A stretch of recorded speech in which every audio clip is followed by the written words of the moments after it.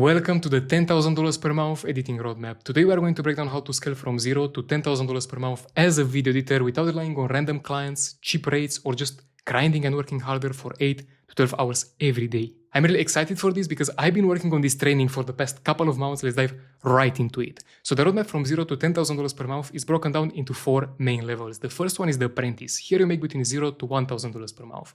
The second one is the Generalist editor. Here you make between $1,000 to $3,000 per month.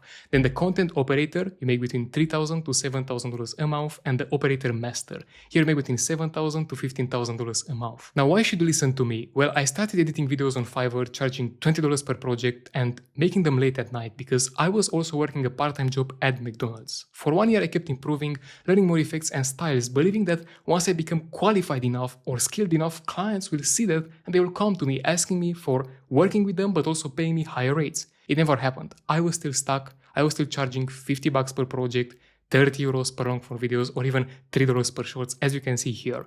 Now, everything changed when one late night I saw one video from one editor claiming he was making $10,000 per month. And when I opened his portfolio, expecting to see some gaudier work, I was shocked because his work was actually worse technically than mine. Didn't have crazy animations or effects or doing the trending styles that I was following. And that's when I took a step back and I realized that he's playing this game with a different strategy. And once I changed my strategy, I managed to land higher paying customers like Money Maxing, Logan Smith, Cobra Stenix, working with them on videos with hundreds of thousands and even millions of views and scaling from $650 per project to even $1,500 per video. And this simply allowed me to have the location freedom I wanted to travel and work from anywhere in the world. I was documenting everything on Twitter and that's where editors started to reach out to me asking me for guidance. So by the time you are watching this recording, I had more than 700 one-on-one coaching calls, helping editors scale from working 6 to 10 hours every day for low-paying customers to 4 to 6 hours per day and $5,000 to $13,500 per month. Plus, you can see some of the examples right here like Derek, Hamad, Cha, and you can see way more into the walls of win. So we are going to break down each one of these levels, and for each one we'll be covering the situation you are in right now. After that, we'll be covering the mistakes that are keeping you there. Then the boss that you have to defeat. This is the constraint that you have to push towards in order to achieve your goal and to level up, because this is what takes to level up, right? You need to beat the boss. And if you watch this video until the end, I'm going to give you access to my full pricing guide, showing you exactly how to raise your rates, negotiate with clients, upsell them, and how I went from working on Fiverr and charging $20 per project to $1,500 per video. Now, if you have no clients yet, your first job is to land your first client. So I have a special path. You have to watch this video first and the Premiere Pro Mastery course, then come back after that. In that video, I'm breaking down exactly how to land your first client and how I would start editing in 2026 without having a portfolio, clients, or experience at all. Level 1, the Apprentice. Well, the Apprentice, he made some money editing, maybe a few $100s a month. Maybe he's working on Fiverr, Upwork, Discord servers, applying to every hiring job post he can see and he can find. And every project, he's low-key scared that his skill isn't enough. He's scared that the clients will ask for something he can't do and they will figure out he's still learning. He's not advanced enough yet. He's not experienced enough yet. Sounds familiar because I think most of us has been into this spot. Now, why is this happening and why are some people stuck here for months or even years? Well, I have a story to break this down for you. I went to a piano concert last year with my family and the pianist was really good. He had multiple world records, decades of mastery, and he was technically one of the best pianists alive.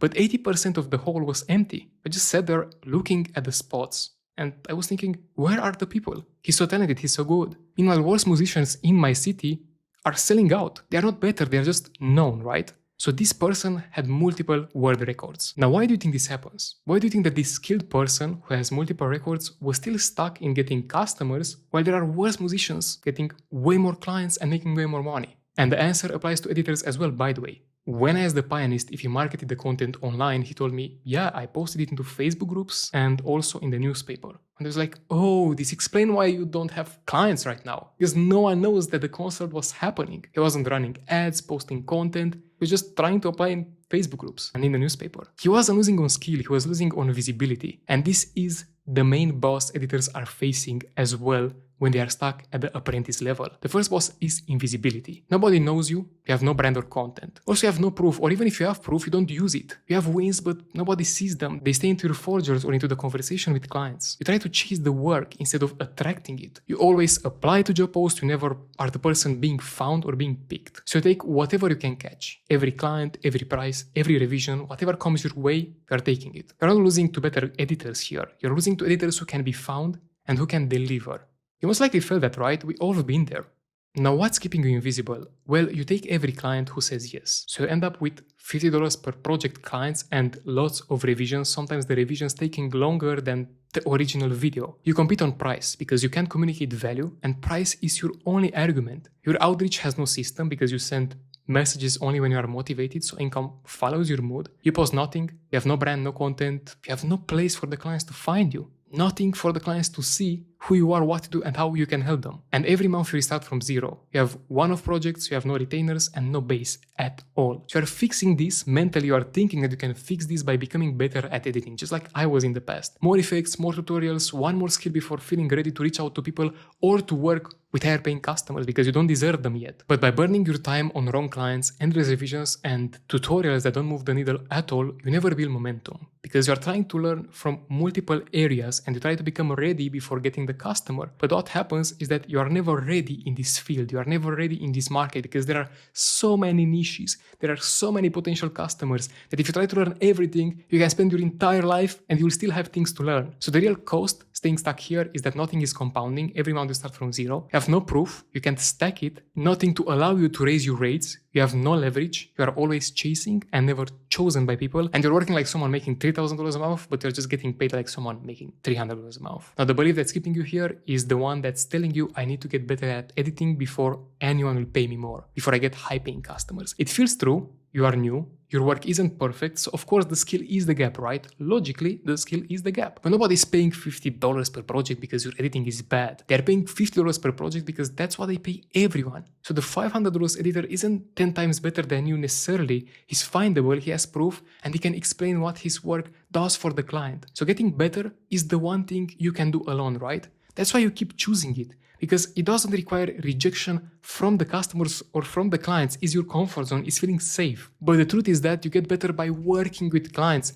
not before them. And this is the main difference between school and life. In school, you need to learn for the exam, take the exam, and then you can level up. In life and in business, you level up while taking the exam, while learning. Because if you want to move directional into one place, let's say in the educational space, and if you pick that and you work with this type of creators, you can slowly learn what works into that niche while doing that. And that's what I did as well. When I learned my first client that required After Effects, I had no idea about the software, and I learned the software while working with the client. That's the way out. That's how you hit $1,000 to $2,000 per month. You stop trying to deserve clients and start being findable. You get visible on purpose. You have one platform, you post the work, and you give people something to find. And you need to pick one of these. You can pick Twitter, you can pick Instagram, you can pick YouTube, but pick one and stick with it, start documenting it, and show to people that you're out there doing the work and you're delivering results to people in the same spot as them. You have to build a brand, not just a profile. I see so many editors building profiles, but you need to know who you help, what you do, and what you've done in the past, the proof that you have, and mention it multiple times so other people can see it and they can trust you. You have to put outreach on the system as well. You need to establish a number every day and track it.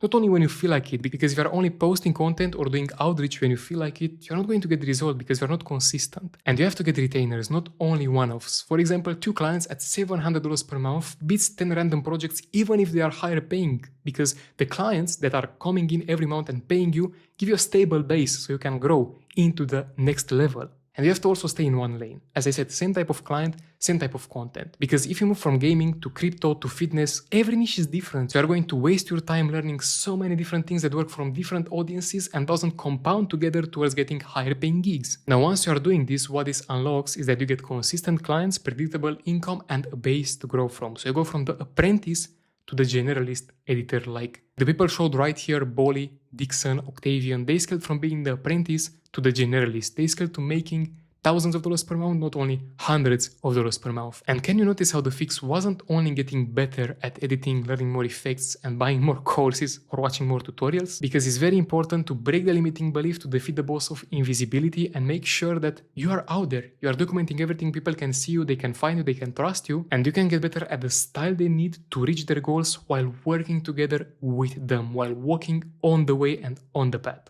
Now let's see the generalist editor. He made out of level 1. Clients found him. Money comes in every month. He may be working for an agency. Maybe he has a job and edits at night. Maybe he's freelancing with 2 or 3 regular clients. But he's dealing with endless revisions. Clients lowballing him down when he tried to raise the rates. Or even worse, ghosting him. New clients are ghosting him when he tries to charge more. He's doing outreach, but he gets no replies or he gets rejected. So he tries working harder for more hours every day. He keeps improving, learning more softwares, styles and effects. But no matter how hard he tries, when he opens his banking app, he's earning $1,000 to $3,000 per month maximum. Seeing worse editors making way more money, posting on social media, flexing, taking days off, working less hours, feeling like this isn't fair. Sounds familiar?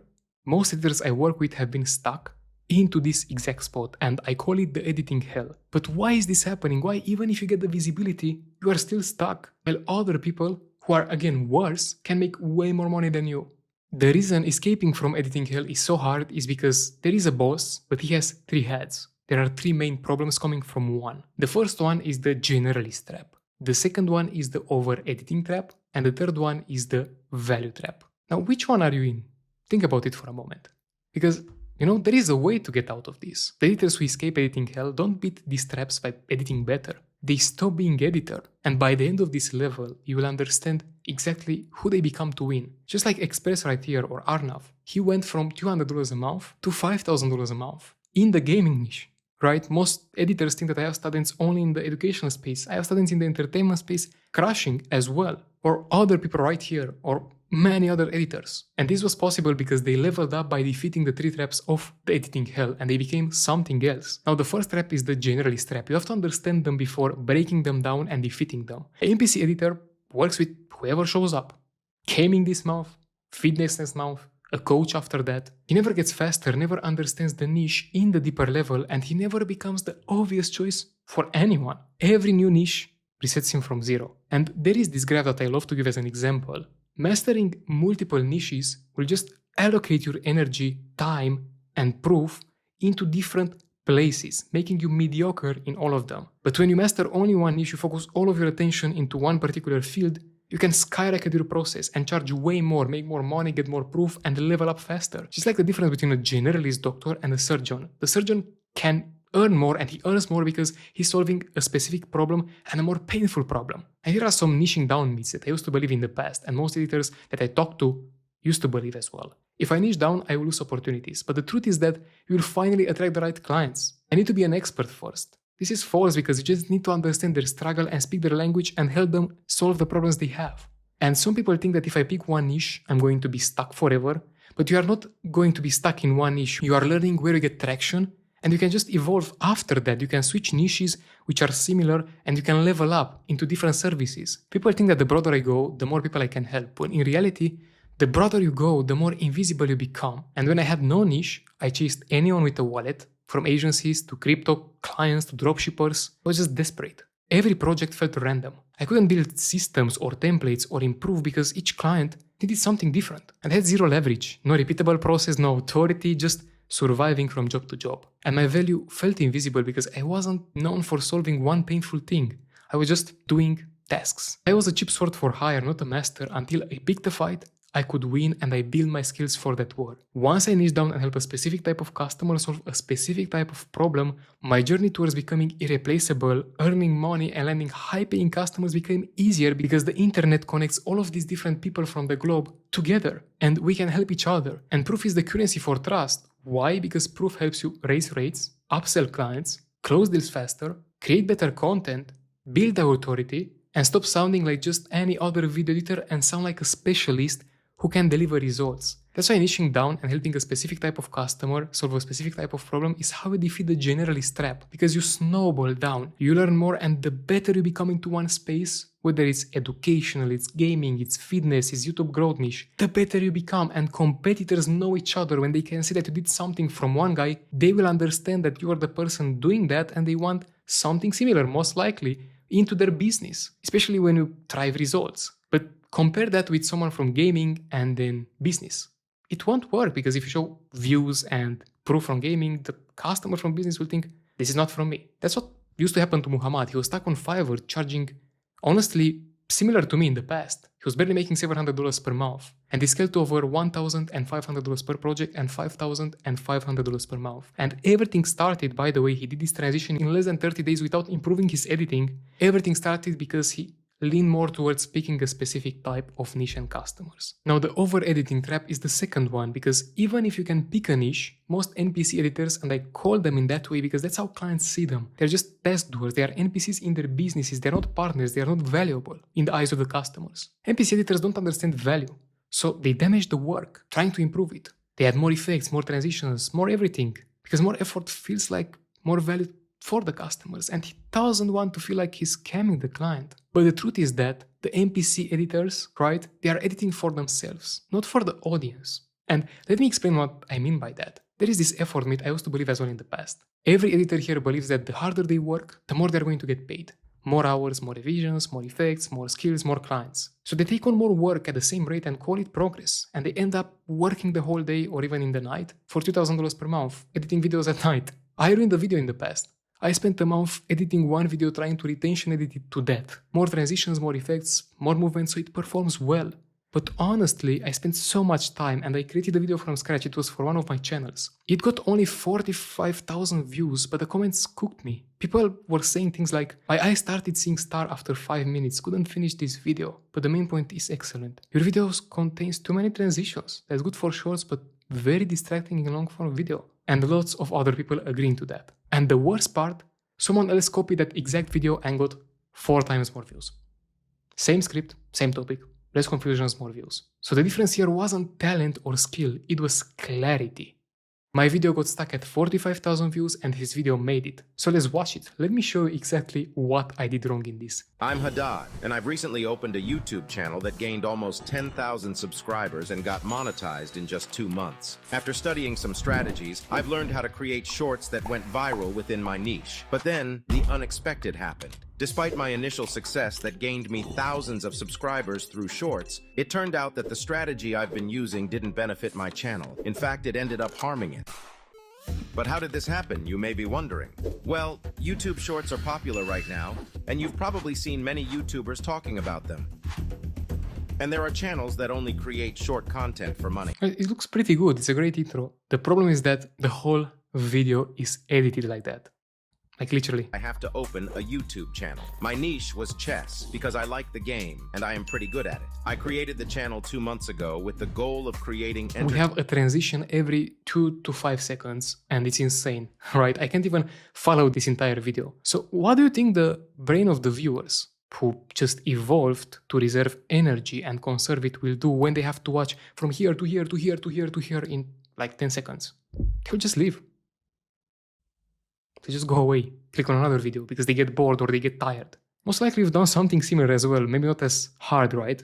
But you've been most likely spamming some effects in the videos of the customers. And if you haven't done that as well, it's great because you're going to learn why you shouldn't do it. So confusion kills retention. People don't click off because nothing is moving or, they don't see enough animations. They get bored. They click off because they are lost. They click off because you are forcing them to switch from the brain mode of watching to thinking. From consuming to analyzing. So after ruining that video, I went into analyzing mode and identified the 2 main reasons this happens. And while going through the 700 one-on-one coaching calls with video editors, I noticed the same thing holding them back. There are the 2 brain modes. The first one is the ego mode. I'm proving I'm good. Right? The NPC editor takes pride in his craft and he tries to impress clients, editors, and people around like the viewers, showing it to the world that he's good enough. And the fear mode. If I don't over-deliver, I will get rejected. He spams visuals to avoid blame and compensate for his lack of knowledge in delivering results. But this creates the over-editing loop. From flexing, to being afraid, to adding more edits, making the video more confusing,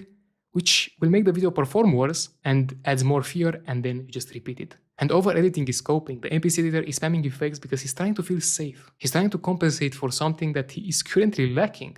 Safe, by the way, doesn't create results. Results create proof. Proof creates leverage. So without the results, the NPC editor has no leverage in landing higher paying customers and he stays stuck. That's why it's important to realize that the only thing that matters is if the video brings results, whether you spam effects or not. And clarity is king. This is the golden rule in video editing and pretty much in life when you create content. Clarity is achieved by removing distractions, and less is more when it's intentional. Premium clients, high paying customers pay for clarity, not for effects. They pay for less thinking for the viewer. And every distraction is a tax on retention. So if your edit makes, the message harder, it's a downgrade. You are doing a disfavor for the customer. Now, how can you get clarity? Well, clarity is built by removing what doesn't help the point, what fights the message, what steals attention from the story or from the main point, and what looks fancy but doesn't evoke emotion. And NPC editors, they ruin videos by adding movement to avoid boring scenes, because they think that the viewer will leave, but the viewer gets lost. They animate what could be a simple screenshot. They chase pro-looking and SMMA animations instead of easy to understand. They force style on the video instead of serving the message. They spend time trying to feel safe, not make it better. I'm going to show you the 4 clarity killers right now and their fix, so you can keep the audience watching regardless of the niche you are into. The first one is eye control. The second one is fear of silence. The third one is animated brain, and the fourth one is reinventing the wheel. So let's take a look at this scene again and see what's wrong with it. I'm Haddad, and I've recently opened a YouTube channel that gained almost 10,000 subscribers and got monetized in just 2 months. After studying some strategies, I've learned how to create shorts that went viral within my niche. But then, the unexpected happened. Despite my initial success... And I'm talking specifically about this part. I'm doing this mistake multiple times in the video, but in this part, right at the transition, you look here, right? And then... Success that gained me... Then the eyes should move in this spot of subscribers count. Thousands of subscribers through shorts. It turned out that the strategy I've been using... Then you look right here. Out that the strategy... You look here after that. And then here, and you are confused. Where should I look? What is this about? You don't understand anything. Everything is moving so fast. Now, that's why the first rule and the first killer is the eye control. The viewer eyes needs only one target. If your cut makes the person jump from this corner of the screen to the other corner of the screen and then to the next corner of the screen, you create friction and people can't understand what happens. So bad eye control equals the viewer works harder to think and they live faster. That's why cuts should feel like guiding the viewer, not shaking them. It's more like, controlling the eyes of a cat. That's what operators do because the viewer's eyes can only look at one thing at one time, and your job is to pick the target and remove everything else. If the eye jumps randomly, retention leaks, and friction will happen. They will exit the video. So don't decorate with animations, effects, and transitions from every side of the screen. You need to make sure to direct attention, to control it. And attention control is what makes you look like a strategist.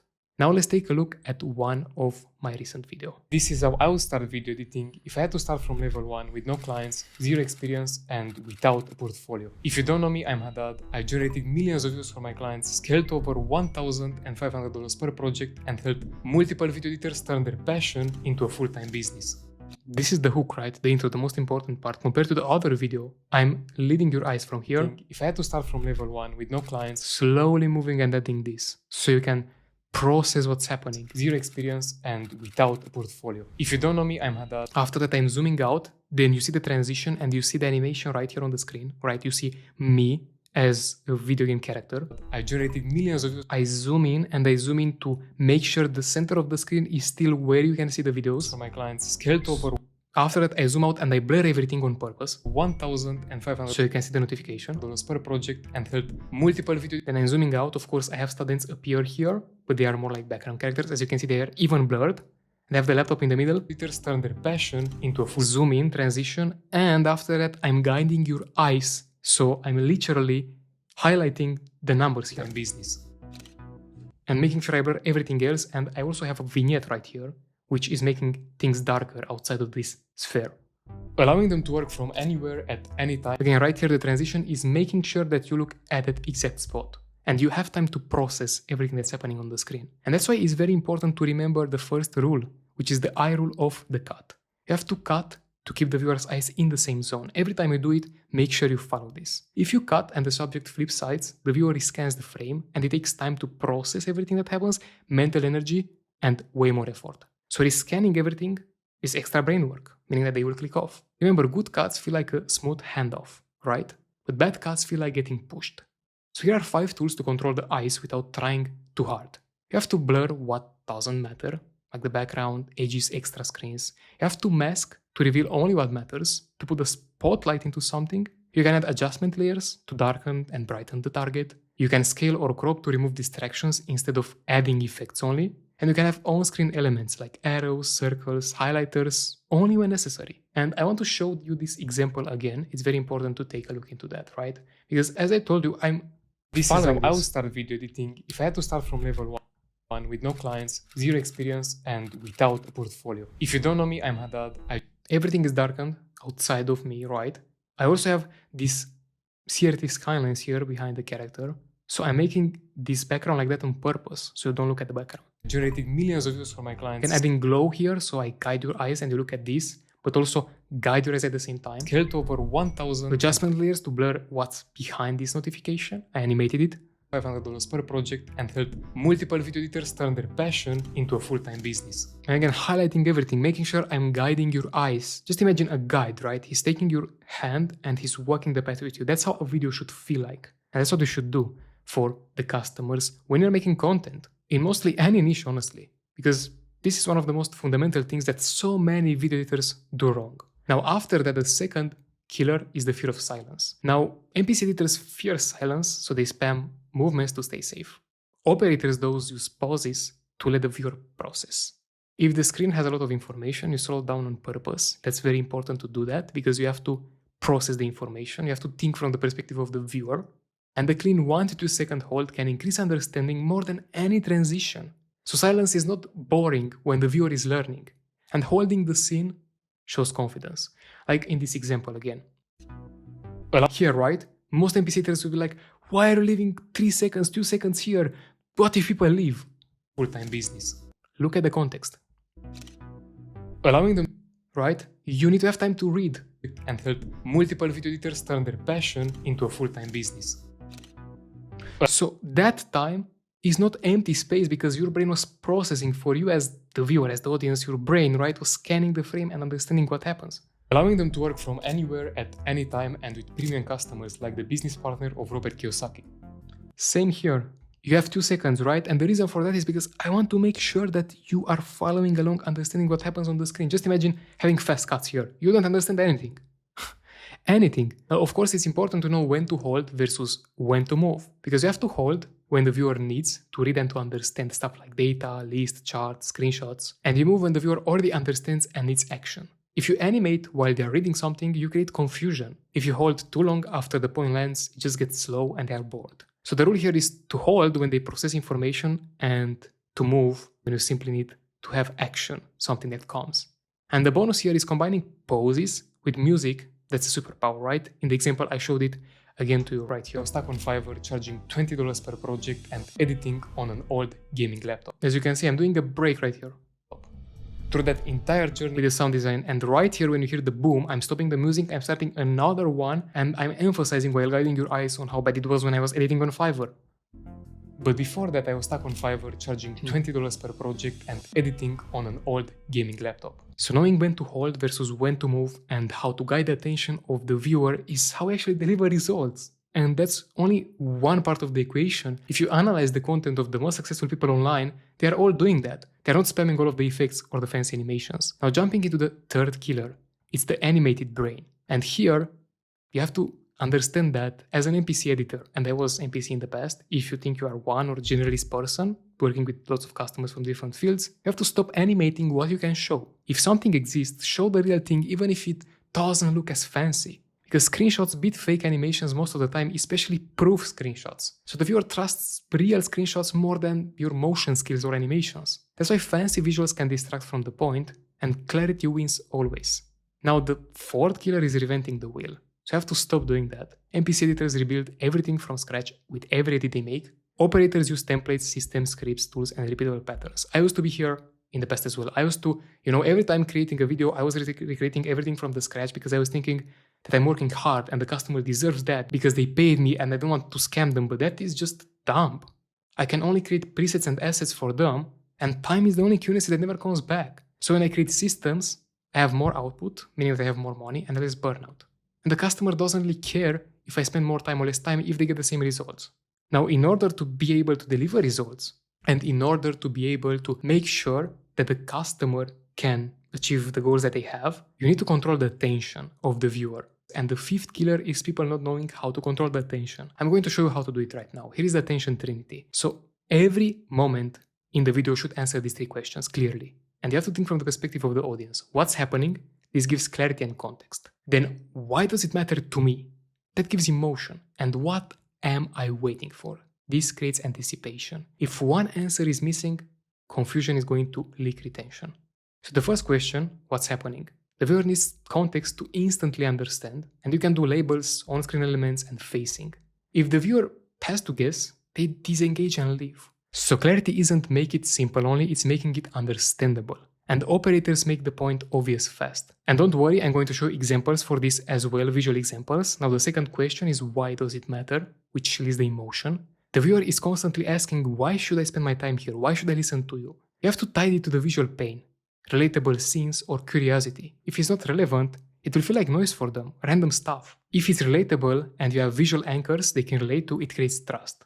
So emotion, right, is the glue to attention. And the third question is what am I waiting for? The viewer is asking, again, what am I waiting for? If they have no direction, they are going to drop from the video. So every segment should pull them forward, building a story, building something. The video should build tension, then release tension. After that, build tension again, and release tension. So you have to use structure, previews, progress animations, sliders to do that. And the viewer should feel, I need the next part, because I need to understand what happens next. And here is a great example that answers all of these three questions, this video from Jeff Nippard. We're going to break it down right now. What does your midsection look like right now? For reference, this is what it would look like at 50% body fat. At 40%, your waistline is smaller, but your abs are still buried. At 30%, your stomach is much flatter, but you still don't have visible abs. Once you get to 20%, that's where your abs become visible, and at 10% body fat, you'll have a well-defined six-pack, assuming you've developed your abs through proper training, which we'll get to. Now, at 6% body fat, you'd be truly shredded, lean enough for a pro bodybuilding competition. In fact, this is an actual real-life example of a natural bodybuilder who got down to 6.2% body fat measured by DEXA. But this zone is the six-pack sweet spot where most men want to be, between 10 and 20% body fat. This is where you'll have visible abs, but not suffer from the nasty side effects of extreme dieting. And this is the same body fat display for women, where the six-pack sweet spot is here, around 18 to 28% body fat. Now, if you're curious, this is what my abs looked like at the end of my last cut at around 10% body fat. You can see that I have more of a 4-pack than a 6-pack, and while you can't change the genetic structure of your abs, I'm going to explain how to get your abs to pop regardless of the genetic hand you were dealt by using 3 science-based tools. First, how to train your abs optimally using just 2 exercises. Second, how to adjust your diet. I'll help you calculate exactly how much fat you need to lose and how to set up your diet to mathematically guarantee that you get there as long as you follow the plan. And third, the supplements I recommend that are actually worth your money. First, let's talk about training. Now, it's popular these days to say that— Okay, now let's break this down because it's extremely important. The first question is what's happening? And this is clarity. He reinforces the title and the thumbnail instantly. So the title is Get Abs in 60 Days Using Science. And it shows you how to go from 20% body fat to 8% body fat. It's a before and after transformation in the thumbnail, right? He reinforces you instantly, showing you what's happening, what you are going to learn from this video. After that, your question is, why does it matter? Why should I listen to you? He makes the video relatable by showing multiple body fat percentages. And if you are watching this, doesn't matter the range you are into, you are most likely going to be, damn, that's me. That's where I am. He also shows you the dream outcome. He has the body. So he killed 2 birds with 1 stone. And the third question is what I'm waiting for, anticipation. And he shows a slider with the sections of the video, which is the plan, while also making each scene relatable for the viewer. The first one is training, which is just him training in the gym. The second one is nutrition, which is him eating chicken and rice, which is the most relatable food out there for gym bros. And the third one is also him showing the most popular supplements, which is protein powder, some pills, and creatine. Now, this is pretty simple. It's slow. The editor could create fancy animations with lots of effects right here into that scene, but that would make the video perform worse. And based on how the hook is edited, he's aware of that. Can you see how this changes everything? Because the editor understands the audience and the niche. By having this in mind while editing, I managed to deliver results to my customers like Logan, who managed to get more than $7,000 based on ad revenue from only one single video and close to 2 million views. And also Hamad managed to deliver results to his client, Sam Card, and got more than 100,000 views, and also Mixa create videos that are performing way better for the customers he's working with. Now, if you want an in-depth personalized help on how to pick a profitable and enjoyable niche, use proof to raise rates, create case studies and attract higher paying customers, build momentum and become the go-to editor in a particular field, learn how to edit faster, better, cleaner, and from the perspective of the audience so you can deliver results, then use the results that you have as proof to get higher paying clients, raise rates and upsell clients. That's only a fraction of what you get once you join the Operator Guild, which is a mentorship program designed to help you scale to $5,000 to $10,000 per month as a video editor by turning you into the strategic partner clients trust, pay well, and keep on retainer. We have multiple modules on how to deliver results with your editing, use AI into your workflow, and at the same time, understand YouTube, create videos that perform well for you and for your customers and deliver results. But the NPC editor learns how to deliver results, but he's still stuck in hell. Even if he can do that, there is one trap left, right? Now, why is this happening? Why most editors who learn how to deliver results and also pick a niche and specialize are still stuck? Well, I have another story here, which is the wine experiment. There was a wine experiment happening in France, and 3 glasses of wine were given to a group of people. Cheap wine, medium wine, and expensive wine. They tasted all 3 of them and rated them exactly as labeled. Cheap wine was cheap, expensive tasted premium, and the average wine, right, the medium wine was just normal wine. It was the same fucking wine in all of the bottles, which is crazy to me even still to this day. The only thing that changed was the packaging, the perceived value about the wine. And this happens a lot in business as well and in this field with video editors. NPC editors are still stuck here because even if you pick the niche, even if you can deliver results, you haven't changed the packaging yet, the label clients put on you. So you are still perceived as an expense, not as an investment. This happens because you don't know how to communicate value. And because of that, you end up attracting cheap clients. And clients who are paying you $500 per month give you more work than clients who pay you $5,000 per month, which is funny. But the client who has less money is trying to squeeze every penny out of the deal, while the client who actually can pay more and makes money is just aware of the fact that you are the strategist and you are the person handling this. They want this out of their plate and they just give you the work. Worse editors charge more because they know how to communicate value. That's what happened to me in the past as well, to my students, and most likely to you as well. And to make you understand the mistake NPC editors are doing when they're trying to communicate value, I have to give you this analogy. Let's say that you want to go to Hawaii, into a trip. What's the goal of this trip? Is your goal to just hear the crying baby on the plane for 12 hours? Or to learn how the pilot is navigating the plane? Or to just enjoy the road with the bus from the airport to the hotel? Is that your goal? No. Your goal is to enjoy the early mornings with the sun on the beach, also the parties and the tasty foods as well in the hotel. But NPC editors can't understand the goal of the customer since they are spreading themselves across multiple niches. They can't understand the viewer as well since each niche is different. And they can't sell the results since the results is different again in each niche. They try to sell the technical stuff, which is bring your ideas to life with video editing, since they don't know how to speak the language of the client, how to communicate value. And how clients perceive NPC editors, well, as NPCs, but they think he's just doing simple work like cuts, some animations and subtitles. He needs direction. He can justify higher rates. He needs me more than I need him. And he's replaceable, he's not a part of my team, and I can always find someone cheaper. And the reason this is happening is because of the value trap. You can't explain value, you don't stand out from other people, and you are replaceable in the eyes of the customers. If you can't explain what you are doing with your content, you can't sell it. I edit videos is not a reason for people to hire you or to work with you. And this happens especially when you have a generic message, because you will have generic pay. When you sound like everyone, clients compare you to everyone, and the cheapest person wins, because that's the only advantage they have compared to you. So clients don't reward effort, they reward clarity. The editor who makes the problem obvious and fix the simple problem looks expensive. If you have no positioning, you'll have no trust. You're not going to be unknown, you're going to be forgettable, which is worse. And the cost of staying stuck here is first of all money, because every month you're not reaching your goal, making let's say 8K a month and you're making 2K, you're losing money. And per year, that's $72,000 a year. That's the gap. Every year you stay there, you're losing the money. 2 years in this trap is $144,000 you didn't make. And that's the average time editor spends into this trap. And also every month you don't build proof and you can raise your rates. So the compounding doesn't start until you start doing work. And you can't really compound anything into your work. And right in this moment, AI tools like Cloud Code or Remotion or Hyperframes are closing the gap on the exact thing you are getting paid for. So the window on becoming a good video editor is shrinking. And the cost isn't just money, it's, the 12 hours a day, the revisions, the fear every time you send an invoice, feeling like an employee, not having freedom to enjoy your life and help your family. So the belief keeping editor stuck here is if I keep getting better and take more clients, money will follow. This got you here. It took you from zero to consistent work, but this belief expired. You are already good enough to charge 3 times more. So worse editors make more than you, but not because they edit better, because they can show what their work is worth.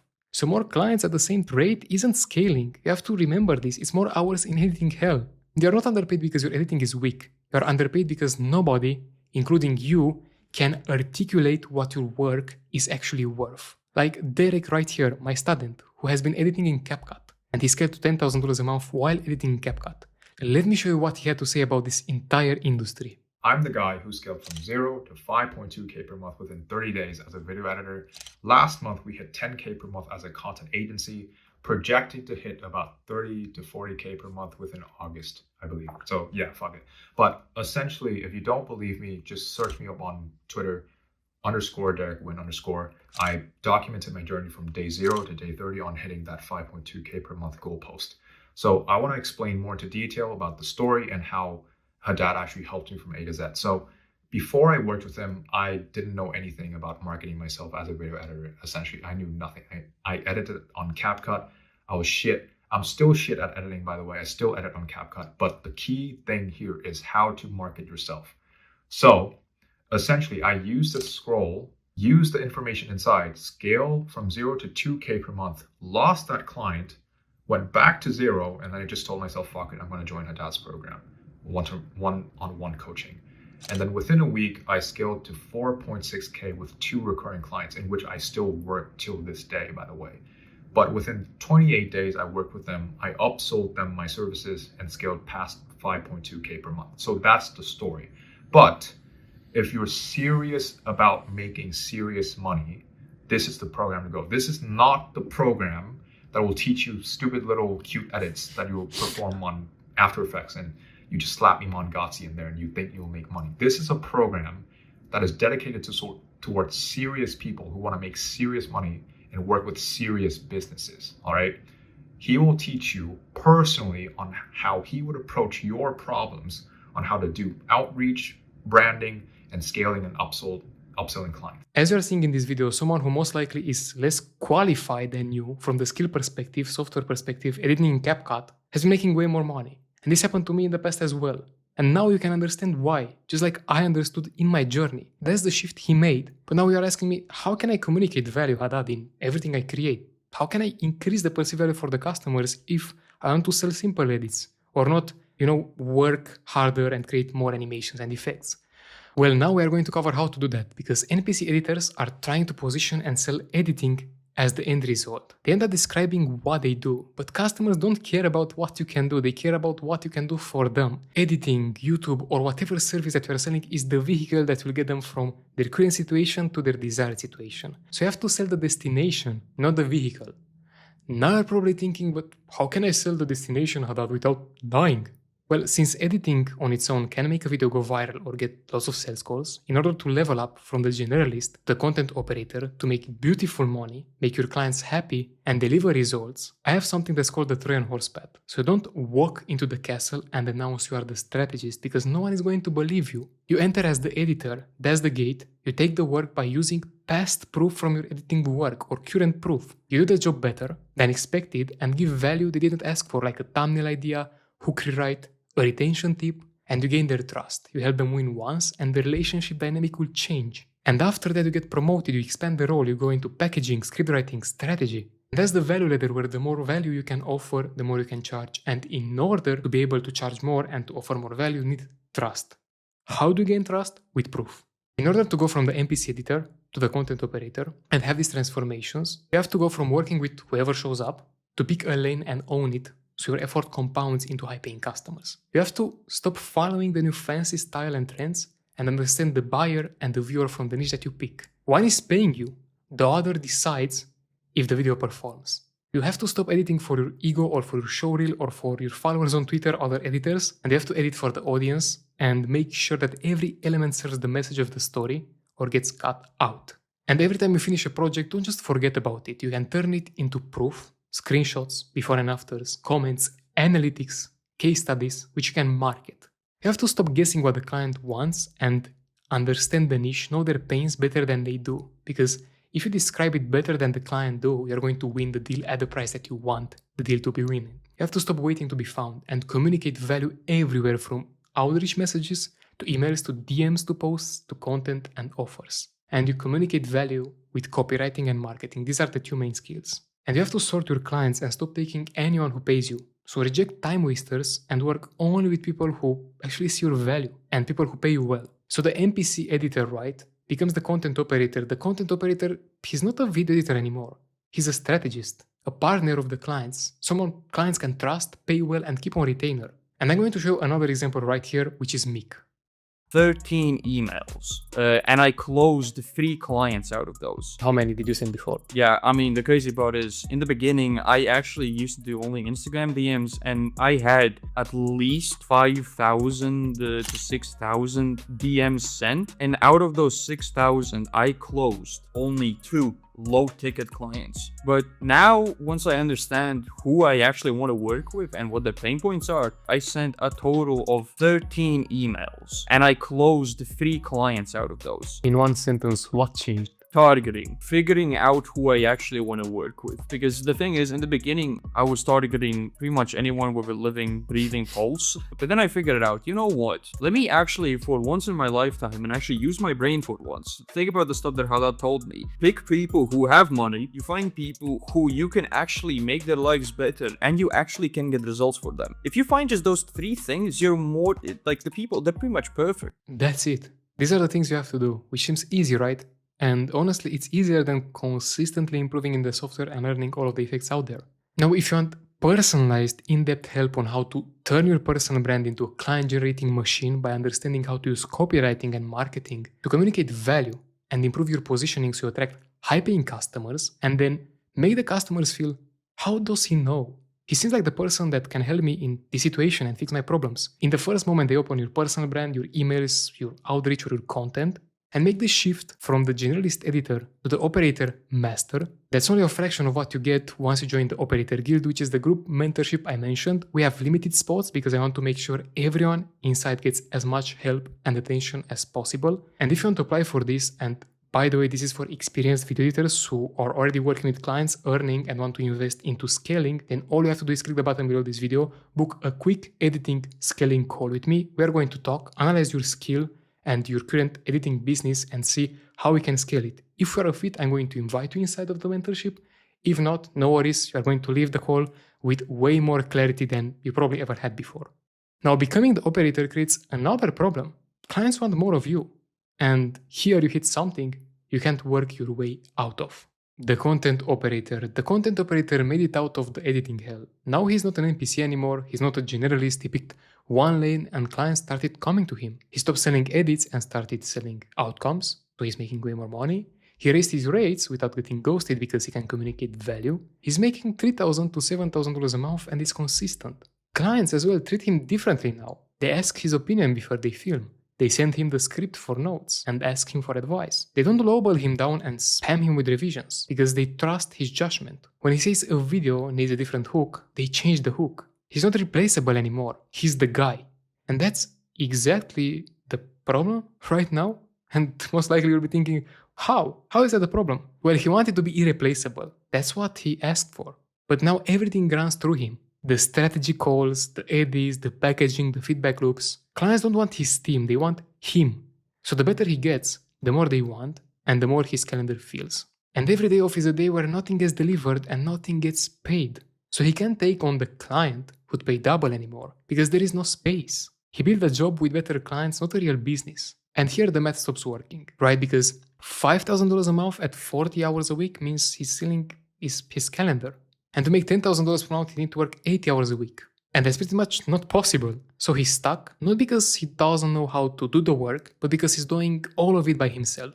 If you are here right now, you probably know this feeling. You're doing better than before, better than you ever did before, but you can't see this business getting bigger without you breaking and burning out. The boss here is the time ceiling. And every dollar you make when you're stuck here is costing a certain amount of time. So you run out of time, there are no hours left to sell, so you can make more money. And everything runs through you when you are the operator. Strategy, edits, packaging, feedback, everything. So he can't take the better client. The calendar is full, so opportunity works best. And time off means income off. You can't deliver, you can't create invoices, and also you can't have expectations of making money. When you're into this spot, right, you build a job with better clients, not a business, as I said. The NPC editor was capped by what people thought he was worth, while the operator is capped by something he can negotiate with, the numbers of hours in a week. What's keeping him stuck is that he solves every problem with more hours. More work, later nights, weekends, that's what worked before. But he never built the systems. Every project starts from the scratch, nothing is repeatable. He never documented anything. The process lives in the head of the operator, so nobody else can run it. He won't delegate as well because nobody can do it like he can do it, which is true, because he never taught anyone, and he's still selling his time. Better rates, but still per video, per project, per hour. Now the cost of staying stuck here. You are winning, but it feels like drowning. You had the best clients you've ever had, but you are still feeling that tired opening your laptop every day. Every new opportunity is going to cost you some sleep because the only way to say yes is to take it out of your own hours. And you turn down the client who would pay double in the future most likely because there is no space, and that income is something you'll never see. So one lost client right now in your business means that the whole business will crumble because you have no system for getting clients and for having replacements. You can take even a week off because no delivery means no invoice and everything stops the moment you do. And nothing compounds because you are not building an asset, you are renting out your calendar at a higher rate. And the ceiling doesn't move at all. You can grind here for 3 years and still be at 5k because the constraint isn't effort, it's time. Level 2 was painful because you are underpaid. Level 3 is painful because you are paid well and you still can't breathe. And nobody worries about this because from the outside it looks like you've made it. You are the most successful editor, you make the money, right? But no one tells you that there is still work that has to be done here to scale. Now the belief that keeps you here is that if I want it done right, I will have to do it myself.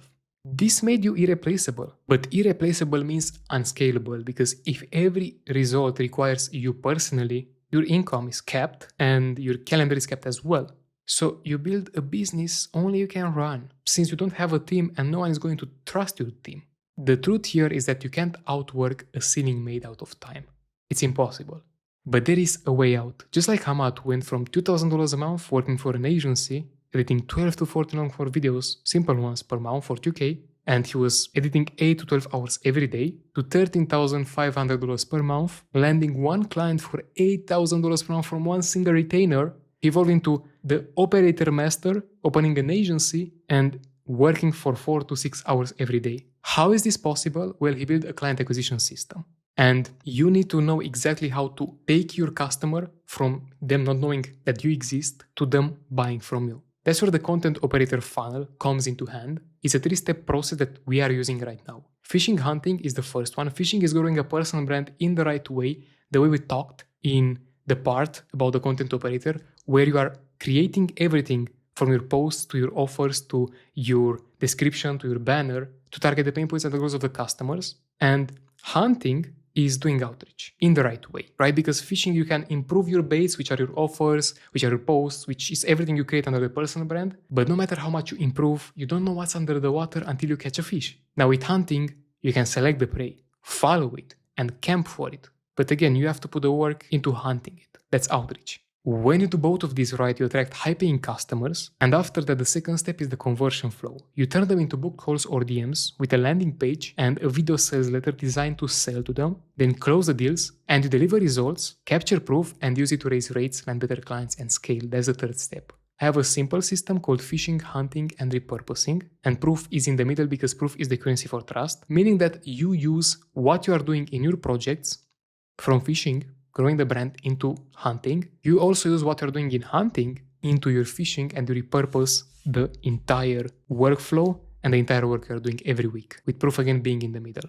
In order to scale from the content operator to the operator master, you have to build a client acquisition system. The content operator funnel, phishing and hunting, as I mentioned, are running whether you are editing or not. So clients came from a machine instead of luck. Then you have to also document what's in your head, your process, your standards, your checklist. You have to create trainings. And if something only exists in your head, it can only run at your speed. You can't really outsource or delegate it. And this concept of buying back your time should be something you study. You can get a rough cut editor, an assistant, someone taking the 80% that doesn't need you. You keep judgment, you keep taste and strategy, the thinking process behind. And you also have to sell outcomes, not deliverables, because you have to take your customers to retainers with your results, not per video pricing or per hours. Because when it's tied to hours or per video, you have a ceiling. But when it's tied to the results, you don't. And you have to build authority so clients arrive pre-sold, they are getting warmed up by your content and your proof of what you are doing that's convincing them before the first call or the first DM. So you stop chasing and start choosing the clients you want to work with. And you have to move up the ladder. Editing right, then packaging, then content strategy. The higher you go, the more problems you solve and the more you can charge. And in order to do this, again, the fix isn't better editing, just like it was for level 1 and level 2. To level up, you need to do more than just becoming a better video editor. If you want in-depth personalized help on applying everything, also have a repeatable proven system that connects your personal brand, outreach and work so you don't waste time doing them separately, but save time by connecting them and attracting high-paying customers. If you also want to learn how to handle conversations with clients, sales calls, negotiations so you don't get lowballed again and close high-paying deals. If you want to understand when to hire people, how to get good talent and train editors on working faster, better and smarter so you can deliver results without being the executioner. And if you also want to get complete access to over 30 post templates, outreach templates that convert and follow-ups that get higher replies, that's only a fraction of what you get when you join the Operator Guild mentorship. All you have to do is book a quick editing scaling call from below this video. We are going to talk. I'm going to see where you are right now. And based on that, I'm going to show you how we can apply all of this to your editing business if we are a fit. If not, again, you can leave the call with way more clarity. Now remember, spots are limited. It may not be opened when you're going to try to book the call, so maybe you can join the waitlist, but you can check it right now from under this video. Now, breaking the ceiling changes the game completely, because once you are not the one doing the work, you are going to play a totally different game. And that's the Operator Master. The Operator Master, his current situation is that he has a system running without him, and clients come to him, meaning that he can pick the client he wants to work with and reject the one he doesn't want to work with. He's not selling time anymore. He's selling outcomes the system produces. His system and his team.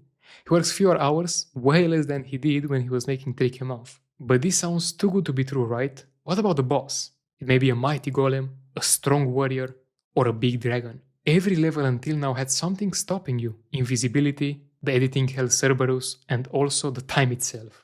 Well, this one doesn't. The fight is over, now you are building. Now you are the person hiring editors instead of being hired. You sell strategy from YouTube to ads to Instagram and not execution. You build an asset instead of a job. Your income stops being tied to your calendar entirely. And you stop being a video editor a long time ago. You became the content operator, just like Mick or Derek, who scaled to $10,000 a month, landed the business partner of Robert Kiyosaki, started making content for them, or Hamad, who scaled from 2K to 13,500 and landed one single client for $8,000 a month. It's important to realize the fix wasn't editing in level 1, in level 2, and also in level 3. There are 4 levels, 3 different bosses, but it's the same thing holding people back every time.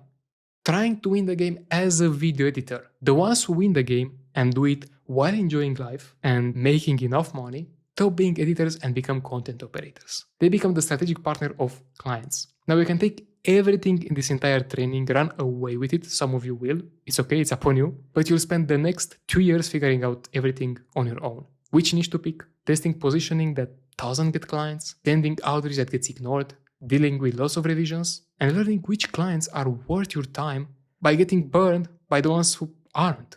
Also seeing worse editor making way more money, feeling like this isn't fair. That's $96,000 a year that you don't make if you learn it in the slow way.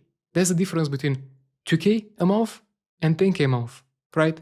8 multiplied by 12. Without even mentioning the time wasted, AI taking over and another content operator taking your clients. Or you can get my personalized help in making the shift from the generalist NPC editor to the operator master, defeating the bosses and succeeding. All you have to do is join the Operator Guild. Inside you get the Operator Path, which is the step-by-step roadmap to scaling to $5,000 to $10,000 per month by becoming the content operator, the weekly job posts from me, the AI stack, and coaching with me as well. There is also proven templates for everything you create, from Twitter posts to emails outreaches to what to say when the customer DMs you, and way more. Also, you're going to learn how to deliver results with your work and achieve freedom, just like I did in the past, location freedom, being able to work from anywhere in the world and enjoy your life. and just like my students right here. You already saw the transformations like Derek in the business niche, or Express in the gaming niche, or Muhammad in the documentary niche, or Hamad as well in the educational space. All of these people managing to scale and level up their businesses, these are editors who are in a similar spot to you from the skill level. They had the same frustration, same limited low-ticket clients. The only thing they changed is who they became and also the system they applied and the roadmap they had. Now, warning, this is for experienced editors already working with clients who want to invest into scaling. If you've never edited a video for a client or you're not in the position to invest yet, follow the free path, follow the free content, because I can't help you right now. Everything is laid out in the free content for you. This is for people who want to scale. Click on the button below or the link below of this video to apply. If you are a fit, we are going to jump into the call, talk, map out your exact 90 days in landing high-paying customers and become the master operator. And if you are a fit, I'm going to invite you inside. If not, we'll leave the call with a plan. Now, as I said, we have limited spots. So it's very important to check the availability below this video. I can't assure you that the spots will still be there once you are trying to book the call. Now here is the gift, because you watched this until the end. If you go to the editingdojo.com pricing guide, you are going to get access to the pricing guide showing you exactly how I scaled from $20 per project to $1,500 per video and how to raise your rates, upsell clients. But again, you are going to need help in getting these clients in the first place and creating the system and becoming the specialist master content operator. So if you're done dealing with the bosses and the editing hell on your own and you want my help in leveling up, becoming the content operator and landing high-paying customers, all you have to do is click the button below this video and book the editing scaling call. See you on the call.